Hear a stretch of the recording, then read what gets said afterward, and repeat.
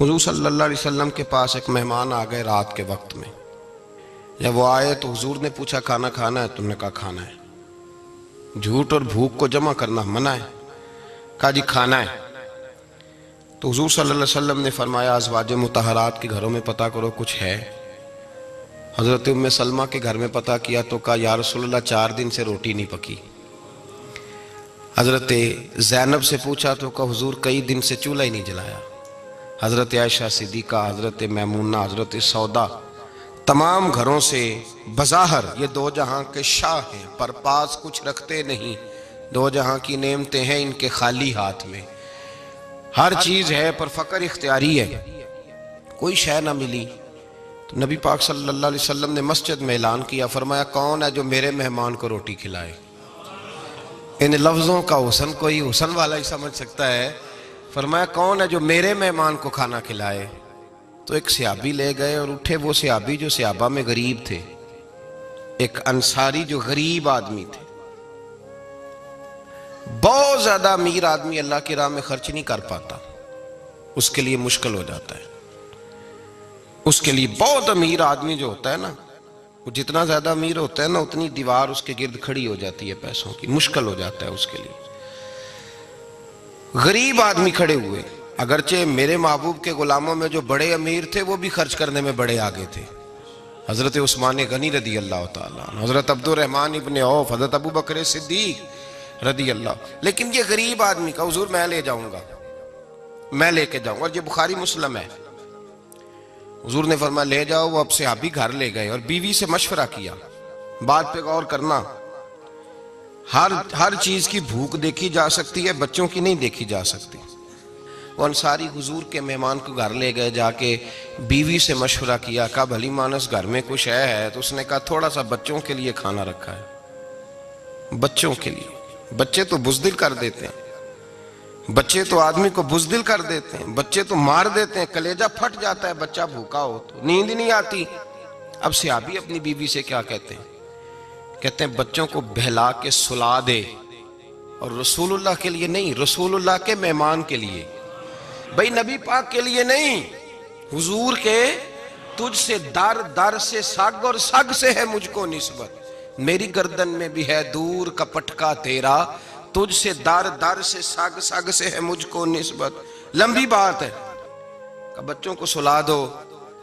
Be be نے بچوں کو سلا دیا تو میاں بیوی کا مشورہ ہوا کہ مہمان کے ساتھ بیٹھ کے روٹی کھانا بھی سنت ہے.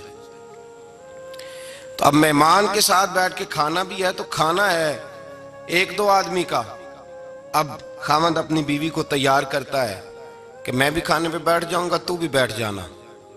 اور جب مہمان کھانے میں ہاتھ ڈال لے تو اٹھنا، کہنا او ہو دیا تو صحیح کیا ہی نہیں، ابھی بجھ جائے گا. اور جا کے دیا بجھا دینا. ہم ہاتھ ہلاتے رہیں گے، مہمان روٹی کھاتا رہے گا. اور یار اس درد کو، اس کیف کو سمجھو.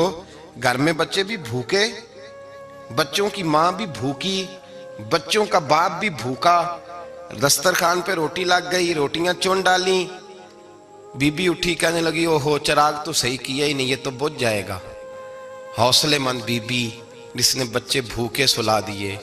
وہ بھوکے سوئے ہوئے بچوں کی بھوکی اماں اٹھی اور اپنے خاوند کی تابع داری میں اٹھی. میں گڈی تے ہتھ ڈور سجن دے، وہ جنج رکھے اونج رہنا ہے. اٹھی اور اس نے نہ دیا ٹھیک کرنے کے بہانے بجھا دیا.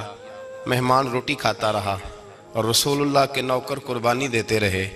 وہ روٹی کھا کے سیر ہو کے بستر بچھایا تو سو گیا. یہ میاں بیوی ساری رات بچوں کی طرف دیکھتے رہے اور غور کرتے رہے اور راضی رہے کہ ہم نے حضور کا فریضہ نبھایا ہے. قربان جاؤں محبوب پہ، بے خبر ہو جو غلاموں سے وہ آقا کیا ہے. وہ صحابہ وہ اگر قربانیاں دیتے تھے تو جو اعزاز ملتا تھا وہ بھی بڑا شان والا ہے. صحابی کہتے ہیں میں فجر کی نماز پڑھنے مسجد آیا، پہلا قدم رکھا تو میرے کریم بولے. حضور نے فرمایا رات جو تو نے اور تیری بیوی نے عمل کیا ہے خدا کو بھی بڑا پسند آیا ہے، محمد مصطفیٰ کو بھی بڑا پسند ہے. اور پھر ایک لفظ اور ہے حدیث میں، ایک روایت میں کچھ جملے اور بھی ہیں. حضور نے فرمایا جب تو اور تیری بیوی رات مہمان کے ساتھ ایثار کر رہے تھے نا تو عرش کا مالک تمہیں مسکرا مسکرا کے دیکھ رہا تھا.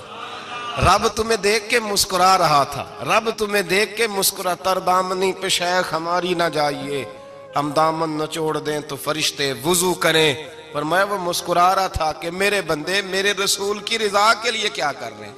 اور صاحب دیکھو، نبی پاک کے لیے نہیں، خاندان کے لیے نہیں، خاندان نبوت کے لیے نہیں، حضور کے نہ سمجھیں یار، اس پہلو کو سمجھیں، نبی پاک کے بریلی کے امام بول پڑے، فرمانے لگے تجھ سے در سے سگ سے ہے مجھ کو نسبت، تجھ سے در سے سگ کتے کو کہتے ہیں فارسی میں۔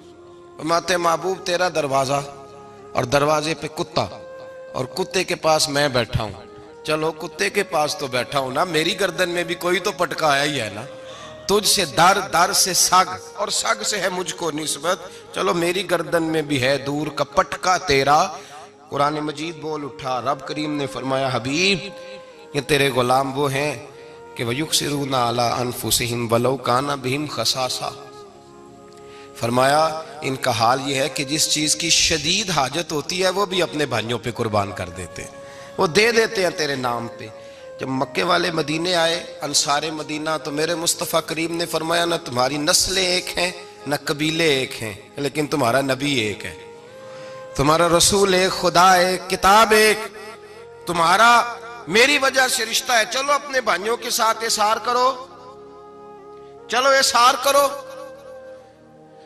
اگر کسی کے 2 مکان تھے تو اس نے ایک اس کو دے دیا جو مکے سے آیا تھا، 2 باغ تھے تو ایک دے دیا، کسی کے پاس ایک تھا تو آدھا بانٹ کے دے دیا، ہر چیز تقسیم کر دی۔ حالات بدل جاتے ہیں، حالات بدل جاتے ہیں۔ تلک الایام نداولها بین الناس، اللہ لوگوں کے درمیان دن بدل دیتا ہے، حالات بدل گئے، بڑا مال غنیمت آیا، بنو نزیر کا علاقہ فتح ہوا تو میرے رسول پاک صلی اللہ تعالیٰ علیہ وسلم نے انصار مدینہ کو اکٹھا کیا، فرمایا بھئی مال اب بڑا آ گیا ہے، 2 باتیں، یہاں تو اس طرح کرتے ہیں کہ میں ان کو کہتا ہوں جو مکے سے آئے تھے کہ جتنی تمہاری جائیدادیں باغ انہوں نے لیے ہیں واپس کر دیتے ہیں تمہیں، اور جو مال آیا ہے وہ بھی تم میں سے آدھا آدھا دونوں کے درمیان بانٹ دیتے ہیں، یا جیسے تمہارا دل چاہے، تمہارے مال بھی واپس کرتے ہیں اور جو وہاں سے مال آیا وہ تمہارے بیچ بانٹ دیتے ہیں، یا اگر تم کہو تو یہ مال ان کو دے دیتے ہیں مہاجرین کو، اور تمہیں تمہارے مال واپس مل جاتے ہیں۔ حضور نے پوچھا انصار مدینہ سے، حضرت سعد بن معاذ، سعد بن عبادہ تڑپ کے کھڑے ہوئے، عرض کی محبوبہ میں تو ابو بکر کو جانتا ہی نہیں تھا، حضور مجھے کیا پتا عمر کون ہے، میں کیا جانوں عثمان غنی مولا علی کی عظمتوں کو، محبوبہ میں نے تو تجھے ان کی طرف مسکرا کے دیکھتے ہوئے دیکھا ہے، تیرا جلوہ دیکھا ہے، تجھ سے در سے سگ سے ہے مجھ کو نسبت۔ یا رسول اللہ صلی اللہ علیہ وسلم ہم سے مشورہ نہ کریں، آپ اس طرح کریں جو جائیدادیں ہم نے انہیں دی ہیں وہ بھی ان کے پاس رہنے دیں، اور جو مال آیا ہے وہ بھی ان میں تقسیم کر دیں، اس لیے کہ ہمیں تو بس اتنا پتا ہے کہ یہ آپ کے غلام ہیں، آپ کے نوکر ہیں، ہمیں اس سے زیادہ کسی چیز کے کوئی غرض، بس آپ کے غلام ہے، بات ختم ہو گئی۔ حضور خاموش ہو گئے۔ صحابہ کہتے ہیں دیر کے بعد ہم نے کہا فیصلہ ہونا چاہیے، فیصلہ پتہ کیا ہوا؟ حضور نے ہاتھ اٹھائے، کہا اے اللہ میرے مدینے والوں پہ رحم فرما، اے اللہ میرے انصار پہ رحم فرما، اللہ ان کے جذبے قبول فرما۔ بھائی احسار والی زندگی وہ کیا بات ہوئی کہ میں نے بڑی قربانی دی ہے، اور جب تک تو قربانی نہیں دیتا تو قدر والا نہیں ہوتا۔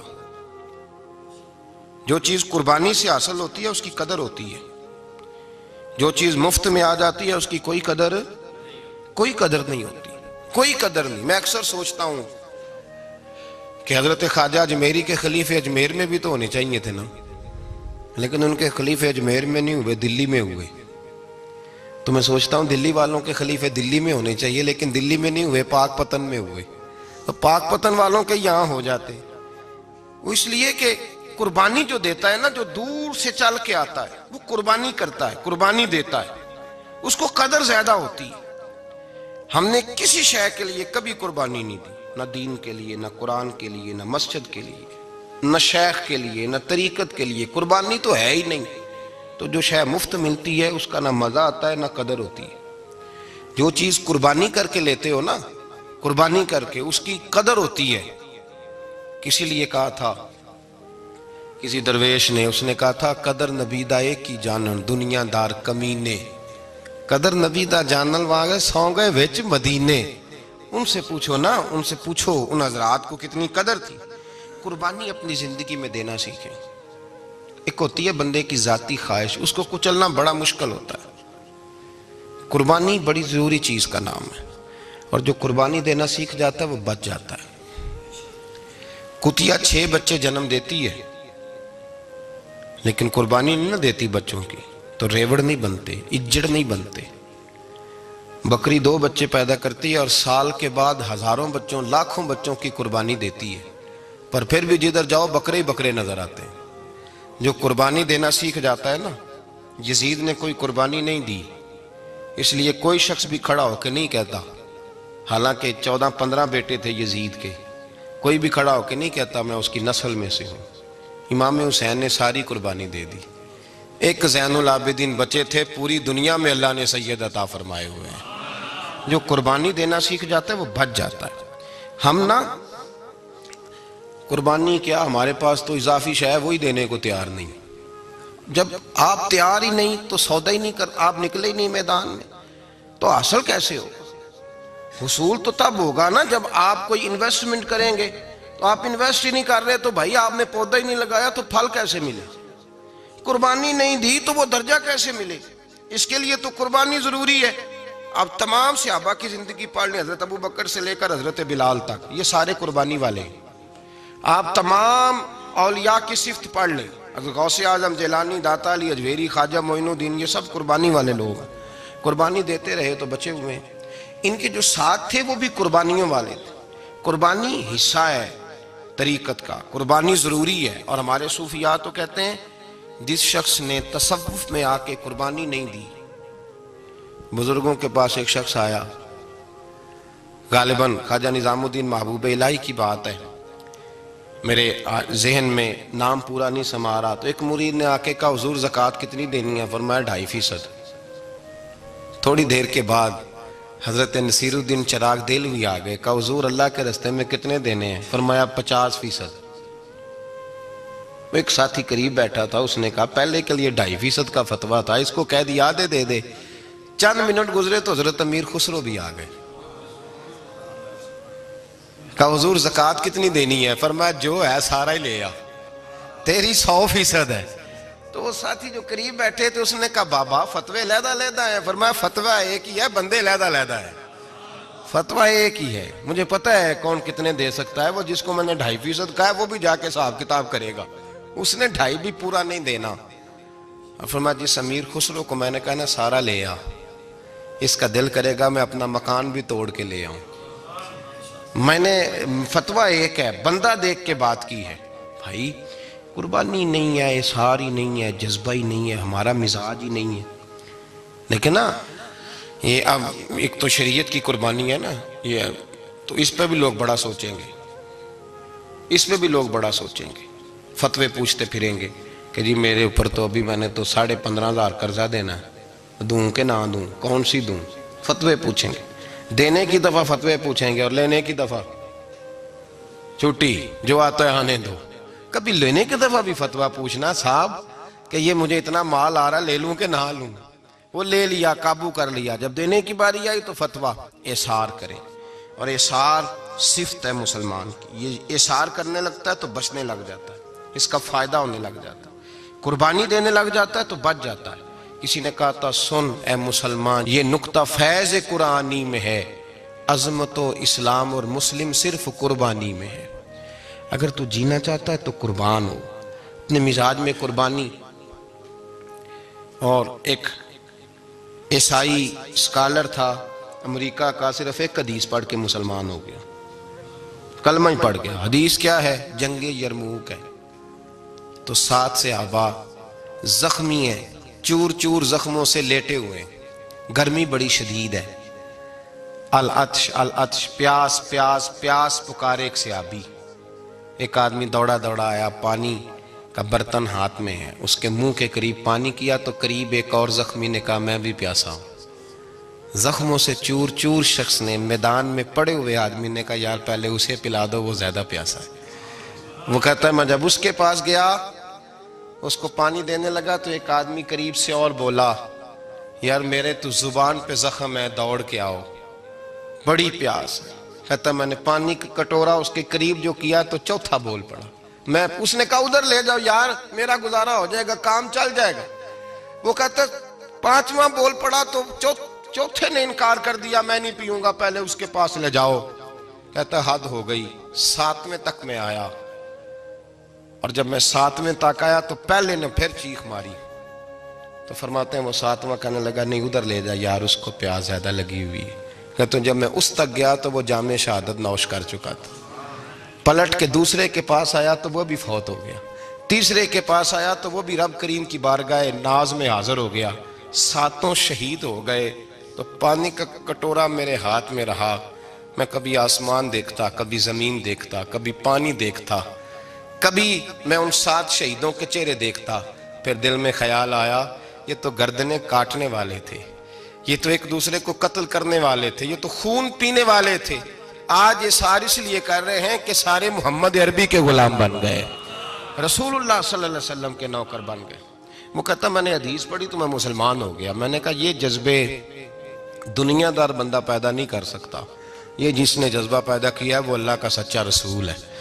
میرے بھائی اظہار کا مزاج پیدا کریں۔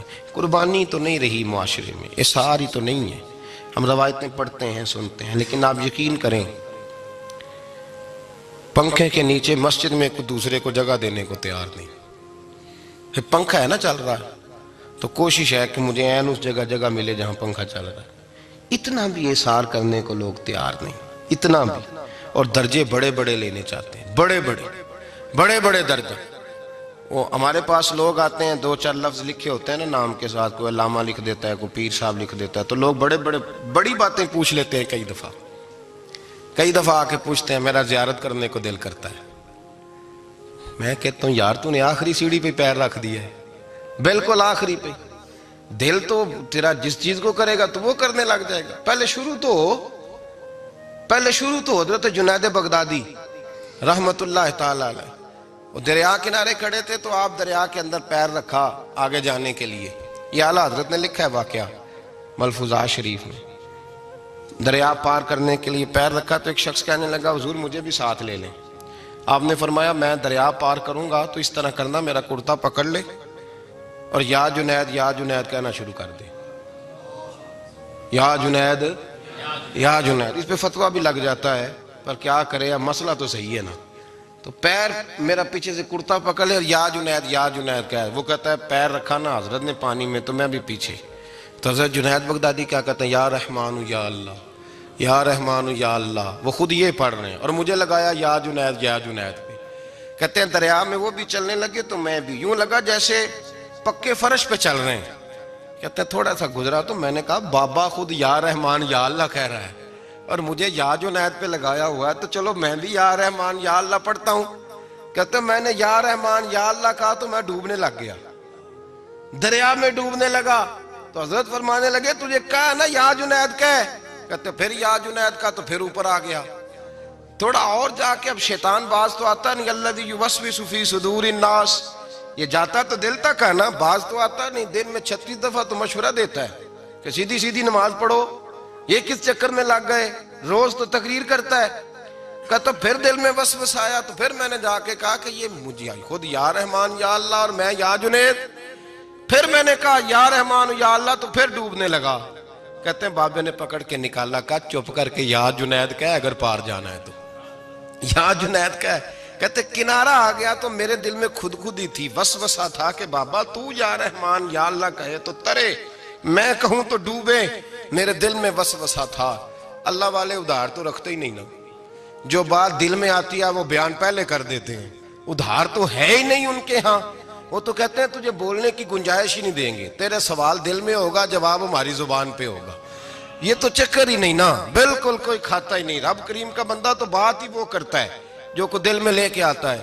فرماتے ہیں جیسے ہی میرے دل میں یہ وسوسہ تھا، حضرت جنید بغدادی رحمت اللہ تعالیٰ علیہ باہر نکل گئے تو پلٹ کے میری طرف دیکھا اور مسکرا کے فرمانے لگے بیٹا جنید تک تو پہنچ لے، اللہ تو ابھی بڑی دور ہے، ابھی جنید تک تو پہنچ جا، ابھی تو جنید تک نہیں پہنچا، ابھی تو میرے تک تو پہنچ جا، اللہ تو ابھی بڑی دور ہے، تو ڈائریکٹ ہی وہاں تک جانے لگا ہے۔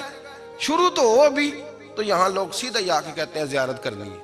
مجھے ایک صاحب کہنے لگے جی میں نے ایک پیر صاحب کے بارے میں سنا ہے ان کی بیعت ہوتے ہی بندے کو نبی پاک کا دیدار ہو جاتا ہے۔